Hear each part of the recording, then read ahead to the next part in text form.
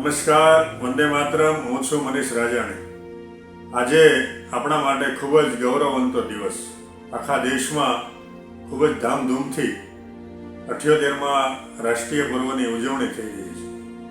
પણ એક નાગરિક તરીકે, એક ભારતીય તરીકે આજનો જ્યારે 78મો રાષ્ટ્રીય પર્વ ઉજવાતો હોય ત્યારે વિચાર કરવો જોઈએ કે આપણે દરેક ક્ષેત્રમાં કેમ પછડાટ ખાઈએ છીએ, કેમ આપણે દરેક ક્ષેત્રે નિરાશા અને હતાશા જ હાથમાં આવે છે. તો આપણને સહજ પ્રશ્ન થાય, ક્યાં આપણે પછડાટ ખાધી?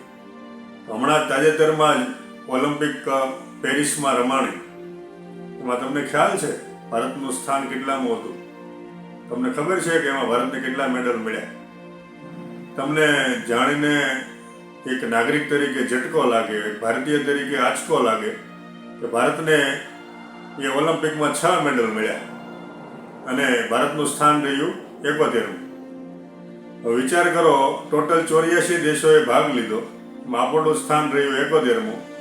અને એની સામે અમેરિકા પહેલું, ચાઇના બીજું, જાપાન ત્રીજું અને ભારત 71.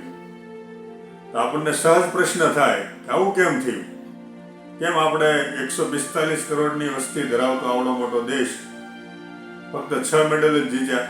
નાના નાના દેશ જે થોડી થોડી વસ્તી ધરાવે છે અને ક્યાં એનું અસ્તિત્વ દેખાય નહીં ધરતીના ગોળા ઉપર, એ દેશો કેટલા મેડલ જીતી ગયા. અને તમે વિચાર કરો કે ચાઇના આપણે હારવાર જ આઝાદ થયું છે, અથવા તો 1 વર્ષ પાછળ થયું છે. ઉલટાનું આપણેથી પાછળ આઝાદ થયેલું ચાઇના આજે આ ઓલિમ્પિકમાં 91 મેડલ જીતી ગયું ને આપણા હાથમાં આવ્યા 6. અને આપણને કોઈ ગોલ્ડ મેડલ તો નથી જ મળ્યું. ચાઇના 40 તો ગોલ્ડ મેડલ લઈ ગયું. તો ચાઇના એવું શું કરે છે ને આપણે એવું શું નથી કરતા? આ દિશા છે. આ દિશા છે એનું એક જ કારણ છે, ભારતની જે શિક્ષણ પદ્ધતિ છે, ભારતની જે સ્કૂલમાં ભણાવવાનું, સ્કૂલમાં કરાવવાની એક્ટિવિટી જે પદ્ધતિ છે, એ કથળેલી, બગડેલી અને આઉટડેટેડ થયેલી છે. એટલે જે આઉટડેટેડ થયેલી આ પદ્ધતિ છે ને, એ બદલવી પડે, હાક્યા ન કરવી પડે. તમને જાણીને આશ્ચર્ય થશે કે આવી પરિસ્થિતિ આપણી પહેલા હતી કે હમણાં થઈ ગઈ?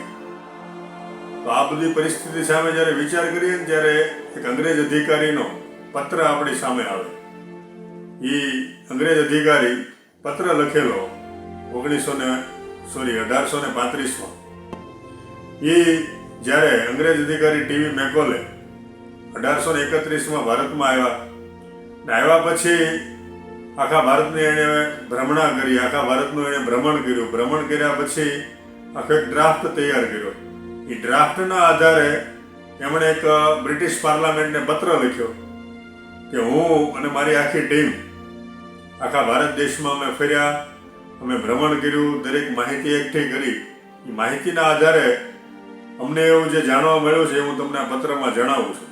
મેકોલે પત્રમાં લખે છે કે હું અને મારી આખી ટીમ આખા ભારત દેશમાં ફર્યા, અમને કોઈ પણ જગ્યાએ ભિખારી દેખાણો નહીં, અમને કોઈ પણ જગ્યાએ ચોરી થતું હોય એવું અમે સાંભળ્યું નહીં. એનો અર્થ એવો થાય કે દરેકના હાથમાં આવડત પ્રમાણે કામ હતું, દરેકના હાથમાં રોજગાર હતો. પછી મેકોલે આગળ લખે છે કે આ લોકો પાસે અઢળક સંપત્તિ છે. આ લોકોને બાળપણથી જ શાળાઓમાં જ રાષ્ટ્રીયતાના પાઠ ભણાવવામાં આવે. આ લોકોને આપણે ક્યારેય ગુલામ ન બનાવી શકીએ, કારણ કે જે માણસ પાસે પૈસા હોય, વિચાર હોય, જે માણસ દરેક રીતે મજબૂત હોય, થોડો કોઈનો ગુલામ બને. એટલે મેકોલે આગળ લખે છે કે આ લોકોને ગુલામ બનાવવાનો તો એક જ રસ્તો છે કે આ લોકોની શિક્ષણ વ્યવસ્થા છે ને ખૂબ જ મજબૂત છે. જેમ કેમ શરીરની કરોડરજ્જુ આપણું જે મજબૂત હોય, એવી રીતે આ લોકોની શિક્ષણ વ્યવસ્થા મજબૂત છે. આ શિક્ષણ વ્યવસ્થા જો ભાંગી નાખીએ, આ શિક્ષણ વ્યવસ્થામાં જો એને ભૂકો કરી નાખીએ, તો કદાચ આગળ જતા આ લોકો ઉપર આપણે રાજ કરી શકીએ અથવા તો ગુલામ બનાવી શકીએ. અને મેકોલે એવું કીધું, હું જે રીતે કહું એ રીતે અભ્યાસક્રમ બનાવીએ, હું જે રીતે કહું એ રીતે આપણે શિક્ષણની પદ્ધતિ કરીએ અને આપણી જે પદ્ધતિ ભણાવવાની છે એ ઇંગ્લિશમાં કરી દઈ નાખીએ, તો બની શકે કે આગળ જતા એવું બનશે કે આ લોકો ખાલી શરીરથી ભારતીય જન્મશે પણ મન મગજથી અંગ્રેજ થઈ જશે.